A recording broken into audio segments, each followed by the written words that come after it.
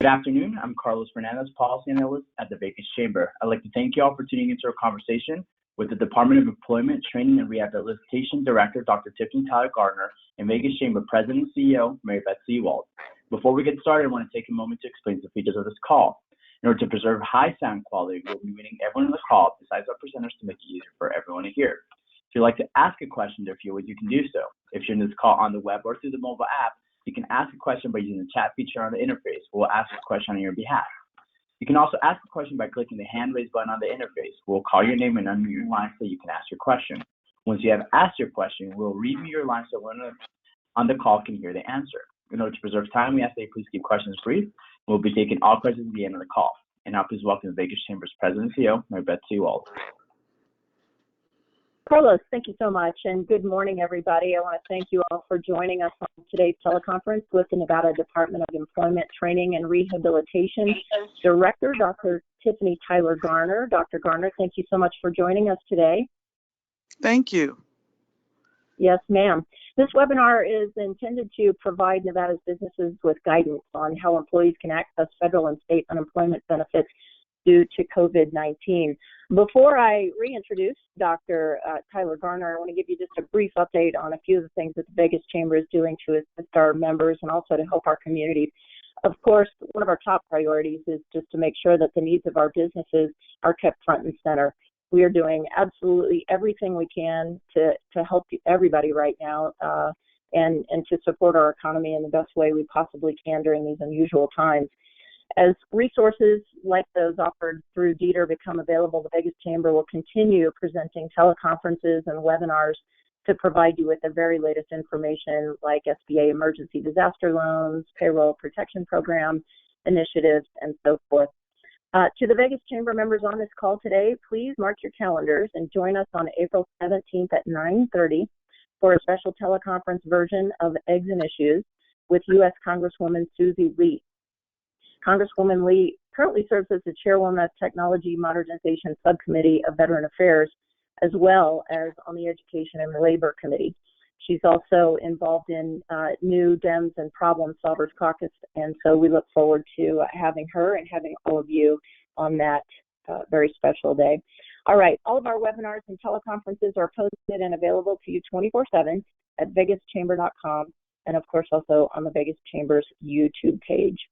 All right, and now it is my pleasure to introduce my friend, the Nevada Department of Employment, Training, and Rehabilitation Director, Dr. Tiffany Tyler-Garner. Thank you again, Doctor, for joining us today. Good morning, and thank you, Mary Beth, for this opportunity to speak to the members about where we are and what resources are available during this unprecedented time. I am so thankful for your leadership.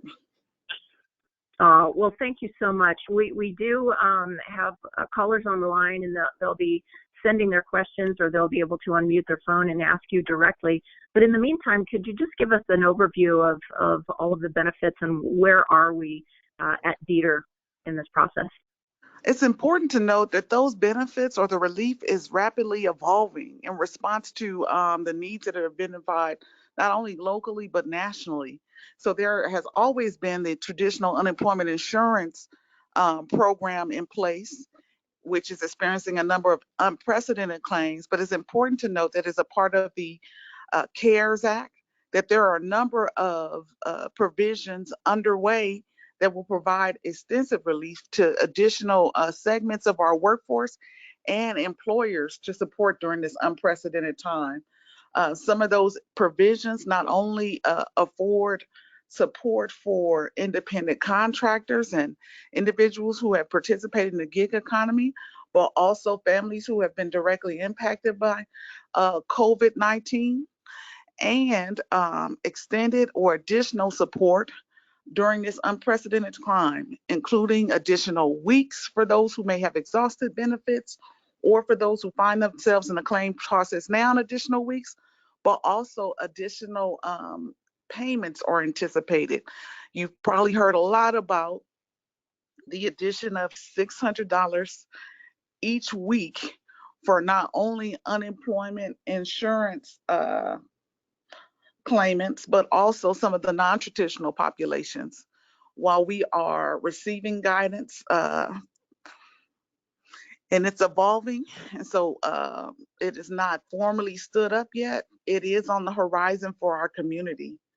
So in terms of resources, I think the important thing to note is that not only is there the existing safety net for traditional unemployment insurance claimants, but there's also an array of relief evolving for some of our non-traditional populations, including independent contractors.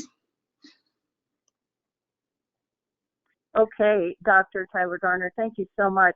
We do have a fair number of questions already coming in, and we've been receiving a lot of calls at the Vegas Chamber from folks who are, trying to go online or they're trying to call, and I know that, you've just been so busy with trying to service every single person that you can.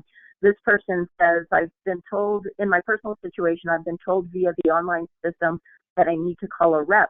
However, there is not one time during the day that I can call when the line is not busy.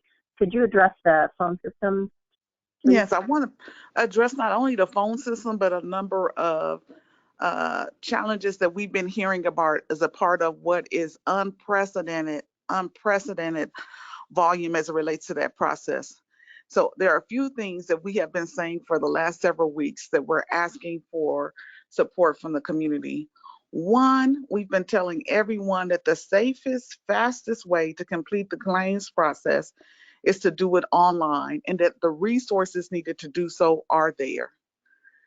We still, although 97% of the claims are happening online, still have a significant volume of people calling in to talk in person about just even the initial claims process or password resetting. We want you to know not only are we working on options around password resetting, which include the web form that was established in partnership with the governor's office, but also technical supports to address that issue. Here's how that's related to the conversation about the ability to get in.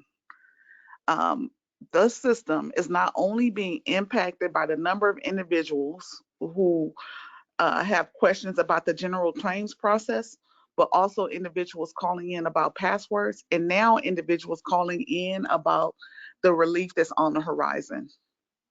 We have to date, in response to the need or the desire to want to talk physically with an individual for the claims process, not only increased the number of staff threefold to respond to calls, but also expanded the number of hours from 8 to 8, as well as dedicated half days on Saturdays just around password resetting, in hopes that we will reduce the number of people calling in for support to individuals who physically, absolutely physically, under no circumstance can complete a claim online, and for the calls that we typically around our traditional adjudication process, where someone has submitted information and there may be a dispute or a concern. We greatly empathize and apologize for the volume, and are hoping, as a part of not only the increase in hours, staffing, technology supports, the web forms, and other vehicles under process, that that this issue will be mitigated. But we acknowledge that there are some challenges, and are encouraging individuals to please file online during non-peak hours, and to please attempt to use the full 12 hours that the call center is open. And when I say the full 12 hours, consistently we've seen an unprecedented number of individuals beginning to call in at 8. And so the sheer volume of that, at a time when we will likely surpass over 200,000 claims in the last 3 weeks alone, is one that we could not have anticipated the magnitude for, or the latent effects of it, but know that we're working to address it. It's important to note, as a part of that process, though, that every claim received will be processed and funded back to the first date of eligibility. So we know that there's been some anxiety or concern around, well, what if it doesn't happen on a particular day in a certain week? We just want to assure you that all claims will be backdated to the first date of eligibility, so there won't be a loss of benefit or funding. Okay, Dr. Tyler-Garner, that's great information. Could I just confirm, first of all, the peak hours? I know 8 a.m. is the peak hour, so what are the non-peak hours? And then this person that asked this last question said that, the online system told him that he has to call a rep, he or she. So if the person is being told online that they have to call a rep, what are those non-peak hours again, if you could? So consider times like 3 or 7 or 11 other times throughout that 8 o'clock window. I'm sorry, that 8 hour window to make those calls instead of the throng that comes in at 8. I also want to underscore, as a part of supporting folks to get their claim process, it is critical that you read the information before you begin the claim process. We're seeing a lot of people who are getting the message to call in because there's been some error or discrepancy in the claim. And because we need to have fraud protections in place, the system is prompting individuals to please speak with someone so that we don't unduly deny an eligible claim, and so that we also don't make eligible what would be an ineligible or fraudulent claim. So if you're receiving a request to speak with someone, it may be the result of some error or discrepancy in your claim that requires us to do some more formal investigation to ensure that you are appropriately approved. And for those instances where there may be some fraudulent activity happen, that does not occur. Okay, very good. The next question is it possible for an employee to collect partial benefits if the employee is management and hours and salary are cut by, say, for example, 50%? So partial benefits. I want to, so let me say, the claims are taken on an individual basis or case. So I want to avoid answering some of those nuanced questions because we really need the full benefit of context before we say a thing is one way or another.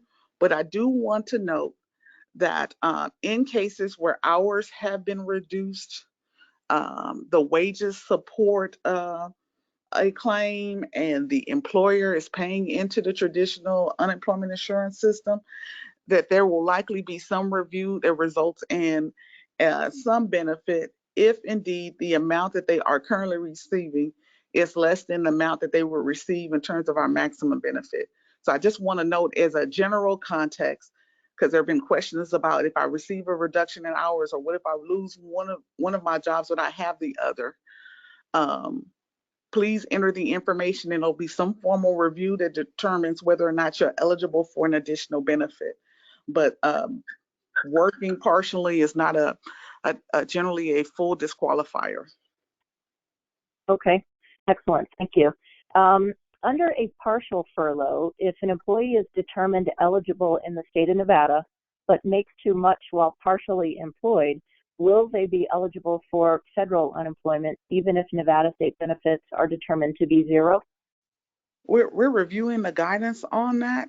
I just want to say, in instances where someone is earning money, even if it's partially an amount that exceeds the maximum benefit amount, probably wouldn't receive an additional benefit. But once again, I want to resist the temptation to provide a response in a moment and say that each of these things requires additional context to have some formal determination, and I'm not at a position on the spot to make a formal determination. And so I want to resist the temptation to respond to your need and give you some definitive answer based on a small context of the question that I am hearing here. Okay, very good, because it is a case-by-case basis, correct? Correct. Yeah. So the next question is, when will unemployment benefits be available for real estate agents? So if by real estate agent, you mean independent contractor, we're asking everyone to please make sure that they go to our site and click on the updates around COVID-19. That is a part of the relief that is coming out of the CARES provisions that is currently under development right now. So the short answer is we're going to turn it around as quickly as feasible, and that guidance is literally unfolding day by day. And so it's important to note that the Friday before this past Friday, the governor signed it. I'm sorry, the president signed it into law. Uh, and then a discussion began in the Department of Labor about what people need to submit about to qualify. What are the and not only the requirements around documentation, but what constitutes eligibility, and some of those things are literally being defined for us.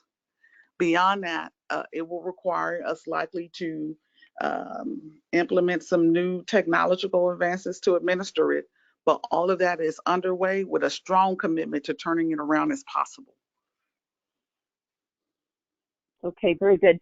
A lot of these questions are kind of specific, but I'll go ahead and put them out there just in case you're able to at least give a little bit of framework or guidance around some of these questions, even though I know you've already said, specific situations are tough to address. But this question is, I am an essential business and have employees afraid or choosing not to come to work and filing claims.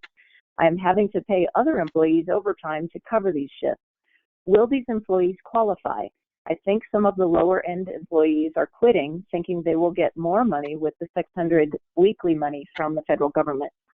I think it's important to note that not only have they has the Department of Labor dedicated, or under CARES, additional resources have been dedicated to the Office of Inspector General as a strong focus on ensuring that folks are compliant. And as a part of that compliance, if an individual, and this is something they have shared, if an individual quits their job in hopes of receiving a higher wage or a different wage under that provision, that constitutes fraud from their perspective. So I would strongly discourage individuals from intentionally quitting their current employment in hopes of qualifying and receiving a benefit that is not only higher than that wage, but in instances where you can work and the employer has given you even the ability to work from home, if you should quit that opportunity, or I don't know what the language is around those kinds of decisions that folks will make. But please know that it, according to the provision, that it does constitute fraud. Okay, very good. The next question is, what is being done with pending resolutions right now? I have delayed payment and it's putting me behind. The pending resolutions are working their way through the adjudication process. I can tell you that there is a significant percentage of claimants in that process based on a number of factors. But note that as they are processed, that the benefit or support will be backdated to the first date of eligibility. We are also looking at or assessing the themes that we see there to make sure that in instances that where there is a theme with some standard guidance that applies, that the process, that we use that to inform how we expedite the process where possible. Okay, very good. This next question, we haven't received this one before, but I think it's a good one. Within the last week, we have received a few DETR claim forms from past employees who have not been employed for greater than a year. Is there an employer-only line? Is there an employer-only line we could call to pose questions and discuss possible fraud? You can. I encourage you to call contributions. And so for those who are aware of contributions because they actually pay into the UI trust system, there is a number for that, for employees on the site for that. Okay, is that on the website, or do you happen to have that phone number by any chance? I can provide that to you later to share with the membership or post. Okay, perfect. That works great, and we'll be sure to send that phone number out. That was a great question, and thank you for that answer. Next question is, I filed for unemployment, but it told me, I guess the website told me I was not eligible for unemployment. I lost my job because the company had to close its doors and I had to stay home with my kids. Why am I not eligible? Again, that's another specific case. Without knowing more, you probably can't answer that. Yes, there are a number of considerations there. And so I want to refrain from giving a specific response to this case, just to note that some of the considerations includes, in order to be eligible for unemployment insurance, one consideration is that your employer at this time needs to be paying into that fund. So we've seen instances where folks thought that they were eligible, but the employer wasn't paying into that fund. I guess the important thing to note beyond that is that with the new wave of relief, that there may be some support in the near future for individuals that aren't traditionally covered by unemployment insurance program. It's also important to note that there is a formal process for quarantining, particularly if a employer has released you. We want to encourage people to strongly adhere to that process, because when it isn't adhered to, it does create adjudication issues. Okay, very good. The next question is, let's see, if can you be denied by the state but approved for federal aid? Is that possible?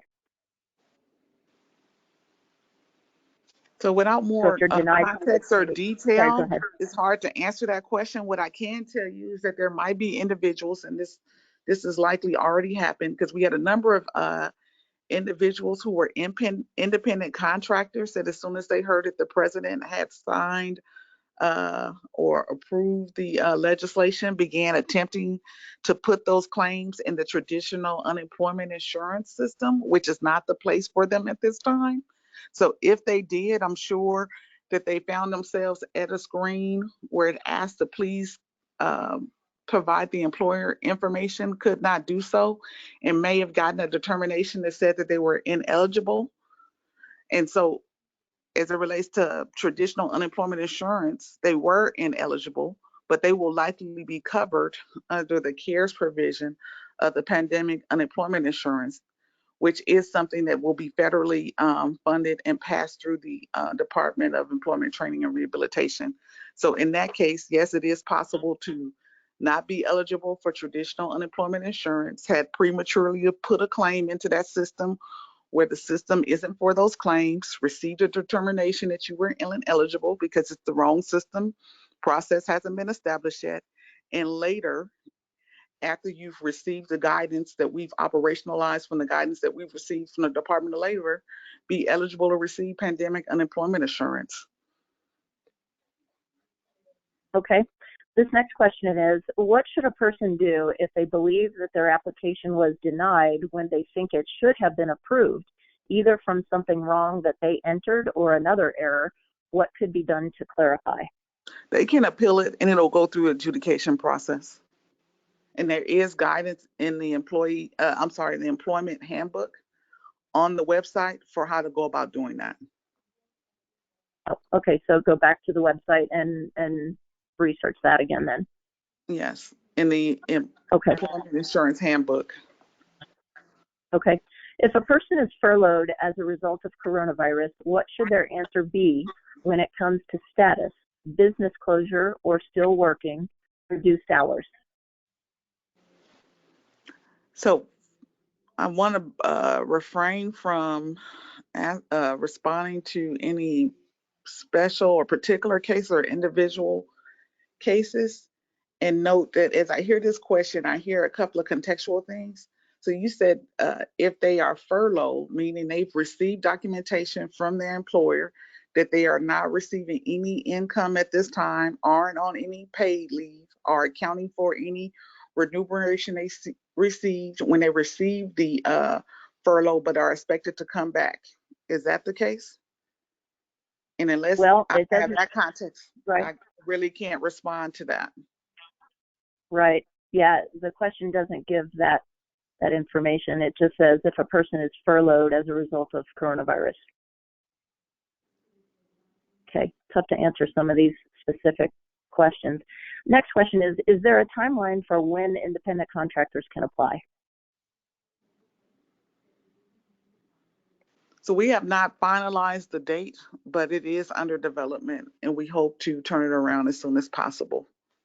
And we will be posting routine updates on where we are with the process, as well as there will be widespread notice once the program has been formalized and stood up. We've asking everyone who has inquiries about that provision and its implementation to please check for updates on the COVID link on our website. Okay.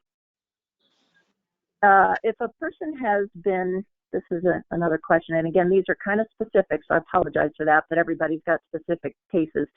In a general case, if employees that are furloughed, are they even eligible to apply? If they were with that kind of goes along with what you just said.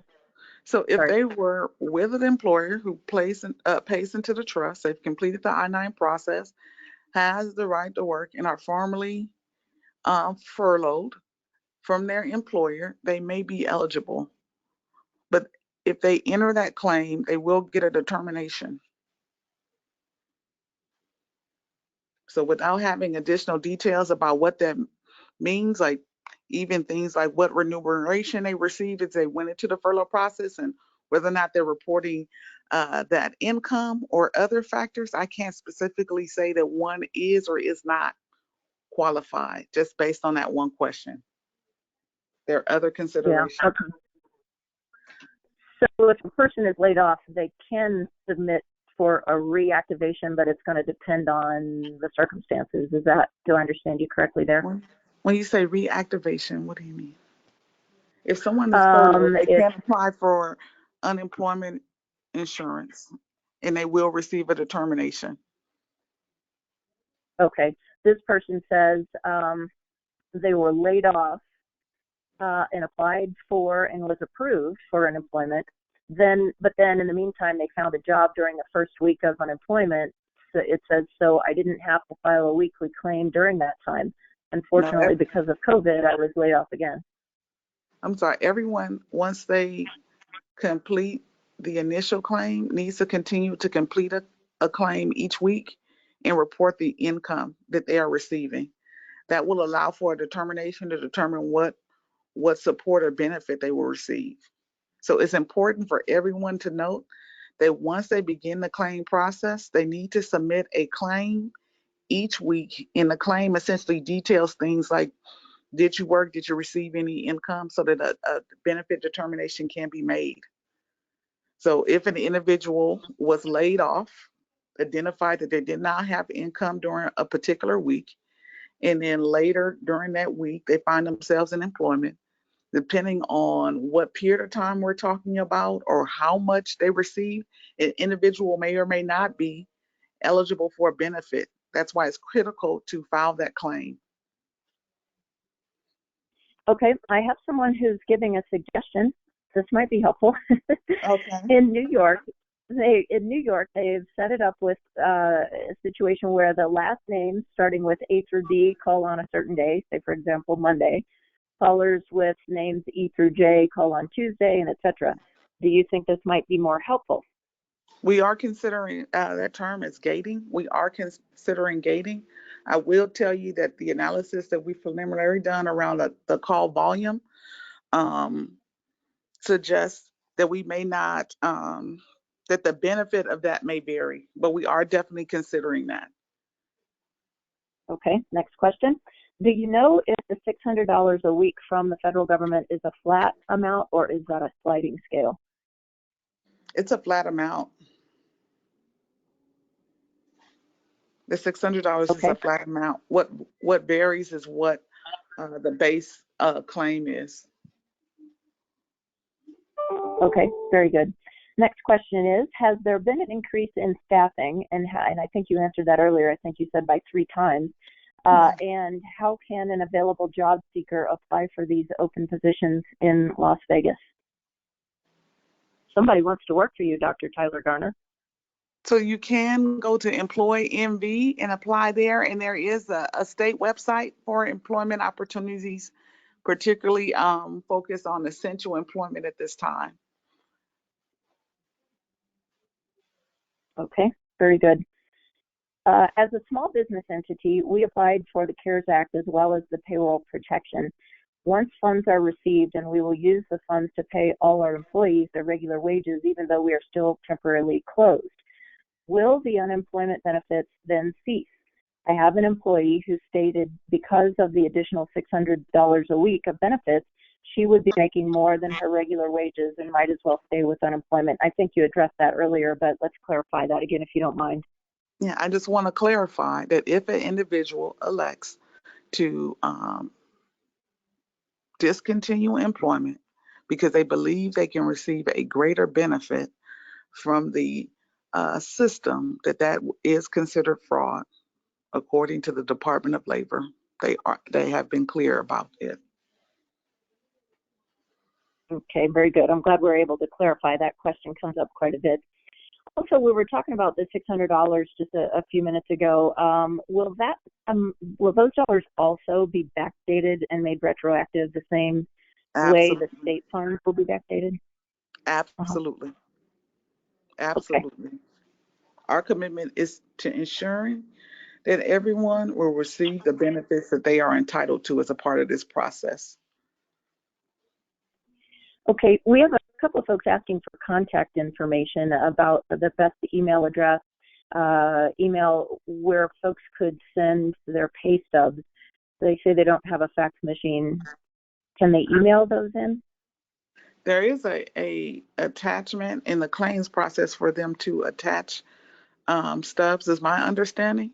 But all of the information on how to submit and where to submit is on the UI website at ui.nv.gov. Okay, very good. We've got another question here. This person says, I know a person who, when trying to apply for unemployment, was asked if she was able to find work elsewhere. She replied no because of the quarantine, but now is being asked to provide medical information which is not applicable to her. She just is simply staying home for the governor's directive and is not actively seeking other employment. Do you know what could be done in a situation like this? So it's likely in the adjudication process at this time. They'll be able to provide the next steps for mitigating that. I do want to underscore for individuals that there is a formal process for undertaking either quarantining or some of those things as it relates to unemployment insurance. It is included in the handbook and the fact sheet, and we want folks to ensure that they're adhering to those guidelines because it mitigates the need to go to adjudication. Okay, very good. Here's a thank you, Dr. Tyler. Just a thank you. Thank you for your leadership, Dr.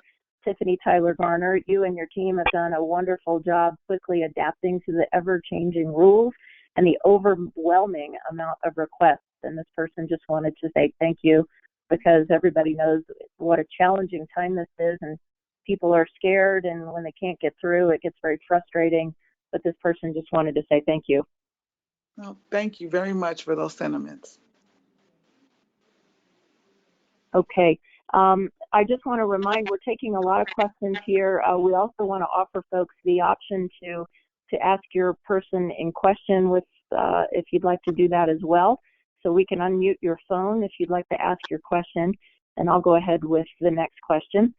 This person says, my benefits were exhausted in the beginning of March, but I'm a massage therapist and I cannot get a job now because there are no massage therapists working now and no one is hiring. Can I get an extension on my benefits? Another specific question. There is a provision under CARES that allows for, I believe it's 13 to 16 weeks extension. That is under development. We're finalizing the implementation of a guidance around it, so there may be some relief in the future. Okay, very good. We have a person who can ask a question live. It's Lola Pokorny. Lola, if you will go ahead and unmute your phone, we'll take your question. Go ahead.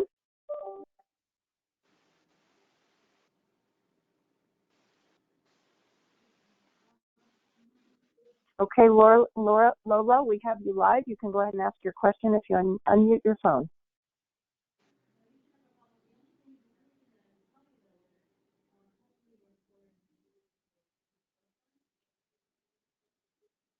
Okay, in the meantime, we'll go ahead and ask another question.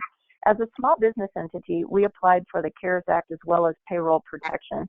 Oh, actually, I think we already asked that question. Sorry about that. No worries. Yeah, actually, we got it again.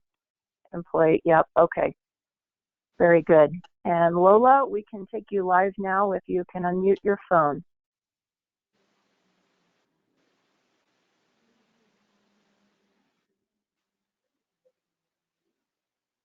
Okay, I think we're having a little bit of trouble maybe with the technology today. Dr. Tyler-Garner, we really want to thank you again for your time today. Is there anything else in the meantime that you'd like to add that we have not asked you?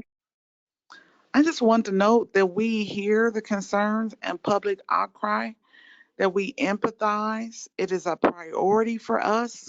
We understand the urgency that meeting your basic household needs creates for everyone. We want to formally partner not only with claimants, but businesses to make sure that we weather this time, that we are actively reviewing our the administration of the traditional program, as well as standing up the non-traditional provisions that have evolved in recent weeks, and want to say that in response that we are daily increasing staffing resources, technology support, expanding hours, and refining how we even go about some of the basic processes of the work, so that your concerns and frustrations are not lost on DETR, and that we are committed to ensuring that every claim is processed and that every benefit that is eligible is provided. We want to ask, as a part of that commitment, that you partner with us in ensuring that we maximize the finite resources that we do have at this time. Those resources include the online system that is available 24 hours a day, 7 days a week. That is important to note that when you have um, nearly 100,000 claims coming in any given week, the impact to the system can include things like delays or what we call throttling in our system, to ensure that the system does not crash under the volume. And so it's important to note that the system hasn't crashed. You may see a delay or timing out on occasion because of the sheer volume of the system, but that we've partnered with a national IT leader to formally evaluate the system to make sure that it is in good health as a part of that process. And so that the support we need from the community is to look at the full range of times and resources to get your needs addressed. So, and as the claim volume increases over time, that those things have demands. So we, as a part of that process, recognize that everyone will need to submit a weekly claim each week. If everyone calls in at exactly the same time or tries to submit the claim at the same time, that's going to present a challenge for all of us as a community. So we can't underscore enough. One, if you don't need to use the phone, don't use the phone. Please reserve it for the folks who may be in the adjudication process and who may actually need to use the phone because they don't have a computer or internet at home to complete that claim. Also, if you're using the online processes, as we're imploring folks to do, please use the full 24 hours. We recognize that that can be an inconvenience to try it at 11 or even 2 or 3 in the morning. But if you are experiencing frustration, please attempt some of those other times. Also, to mitigate any issues that could come up with the claim process, we're asking folks to please take the time to review the handbook, the fact sheet, and the video so they don't inadvertently make an error that locks them out of the system. We have gotten a number of concerns and complaints about individuals having to call in, or why are we necessitating that they call in.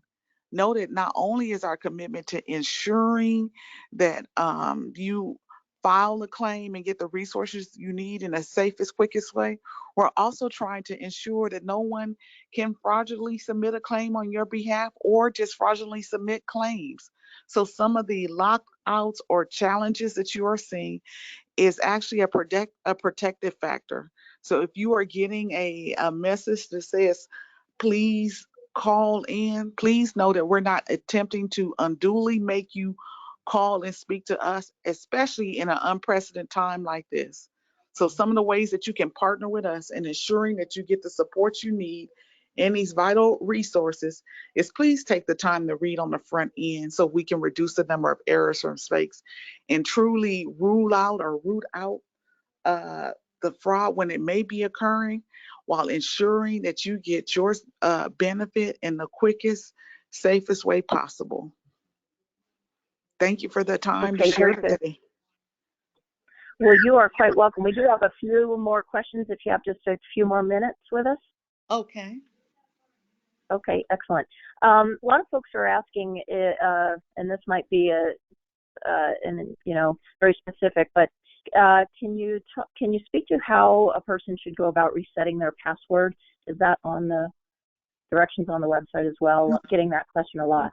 And there's also a web form on the Governor's Constituent Services website that can help us expedite that process, because the form takes you through all the required information that we need to set it on our end. If you need additional support, there's also a half day on Saturday to help with that.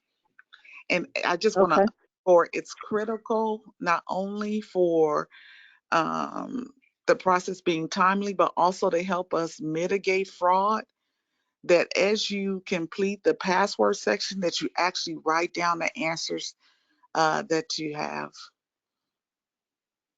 Okay, Please very good. Dr. Tyler-Garner, what are some of the most common mistakes you are seeing so that people don't continue making the same mistakes?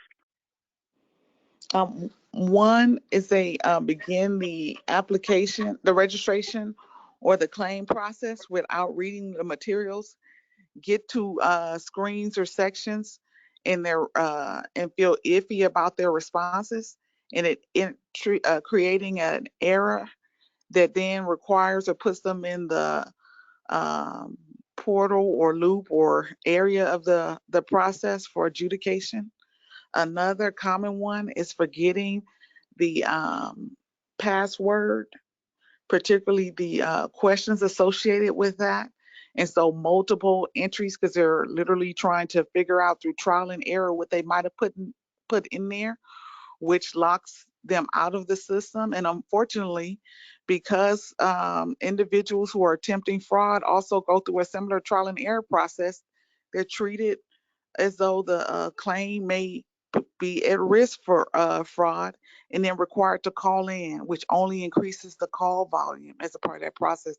Another one is that as a part of that process, under employer, where you need to identify the exact corporate name.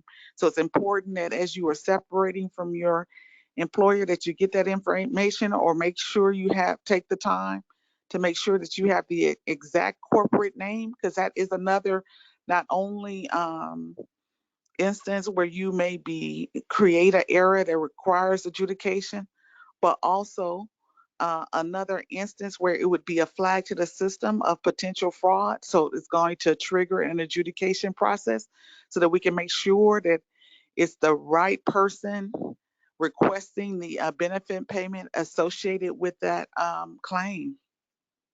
And so some of the places where folks are experiencing frustration, like, why do I have to call in, or why the system must be broke because it's locking me out, there's likely some fraud protection happening there, where we're trying to ensure that indeed it's actually you filing that claim and not someone that played around with the passwords that you put in, or kind of played around with the employers that you may have had in hopes of gaining a benefit.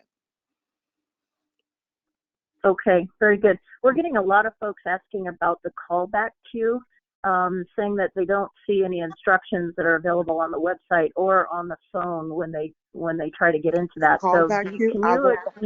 Yep. I will follow up with that and get something posted on our responsive posted on our website after we understand what the issue is. Okay, very good. Thank you. We have a live caller. Hopefully we can get this one through. Gregory Espinoza is on the line and would like to ask his question in person. Gregory, Can you unmute your phone, please?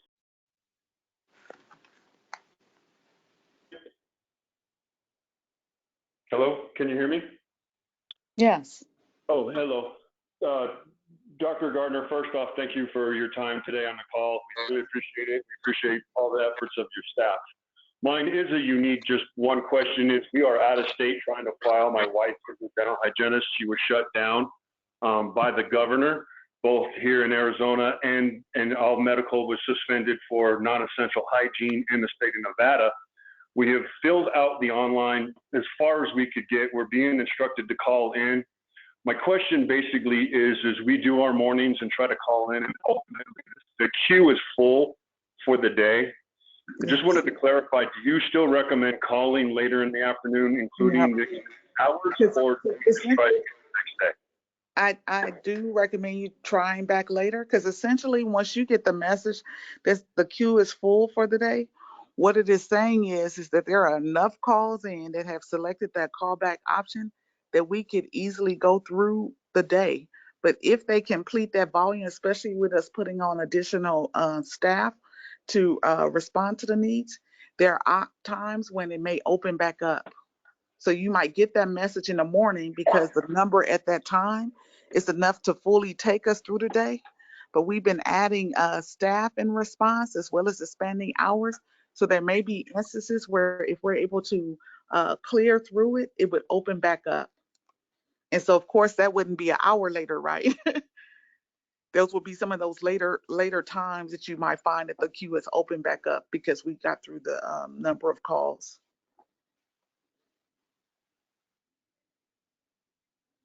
Okay, Gregory, thank you so much for that question. That was a great question. Dr. Tyler, here's another question. Will DETR help in retraining people who've been laid off so they can possibly find work in perhaps a new field? Absolutely. That's a core part of our work in service delivery. And we do that in partnership with great partners like Workforce Connections and Nevada Works. So there is a whole array of supports and services available for retraining and retooling individuals who may be seeking employment in another industry. And those are all free of charge to the job seeker. Okay, excellent, great. Next question, should independent contractors wait until DETR receives federal guidance regarding CARES relief before applying, or should we attempt to apply now? Yes, let me clearly say that no one should be entering a non-traditional unemployment insurance claim into the current traditional unemployment insurance system. Not only have individuals began doing that, but it has created adjudication issues, phone call issues, and other delays as a result. We're strongly encouraging folks not to attempt submitting those claims into the traditional unemployment claim system that is running right now. Not only does it impact their process, because what happens now if they do that is that they're deemed ineligible, but also it is creating impact and delays for individuals that should traditionally be in that system. So we're strongly encouraging folks to, while we know this is a difficult time, be patient and to check the website at the COVID link for information regarding when, how, and where that process will occur. Know that we are working expeditiously to turn it around, though. Okay. We do have another live caller who would like to ask their question live. Louise Cutler. Go ahead and unmute your phone and ask your question. Louise Cutler.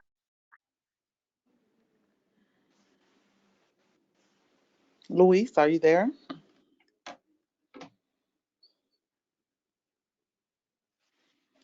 Okay. In the meantime, we'll go on to another question. We are a new nonprofit that's been in business since July of 2019 and pay into unemployment benefits.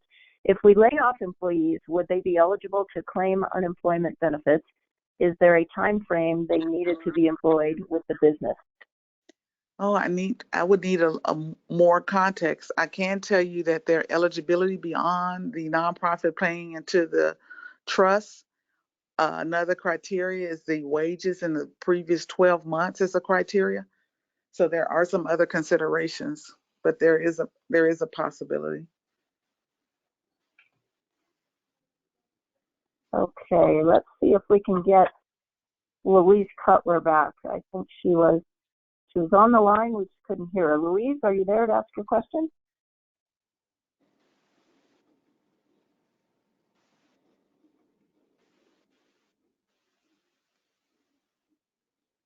Okay, I guess we're not going to be able to get Louise. So, Dr. Tyler, we all really appreciate your help. We appreciate your work. We know that the system has just been absolutely inundated, and we appreciate you taking the time today because I know you care, and I know you're trying to help everybody as fast as humanly possible. So, on behalf of everyone at the Vegas Chamber and our members, we appreciate all your work. And we'll keep communicating with you so that we can get all of these questions answered and to try to keep everyone updated through our website and, of course, all of our social media platforms as well. So we want to thank you again for your time and expertise today. Thank you, and thank you for the opportunity to share. All right. And thank you all for joining us on today's call. As resources and new information becomes available, you can absolutely count on the Vegas Chamber to keep you informed. We appreciate everybody's support of our Vegas Chamber members, and please know that we are always here to serve you. Please visit our website at vegaschamber.com for a complete list of our resources. Thank you again, Dr. Tiffany Tyler-Garner with DETR. We appreciate your help. Thanks so much. Thank you. Okay, have a great day, everybody. Bye-bye.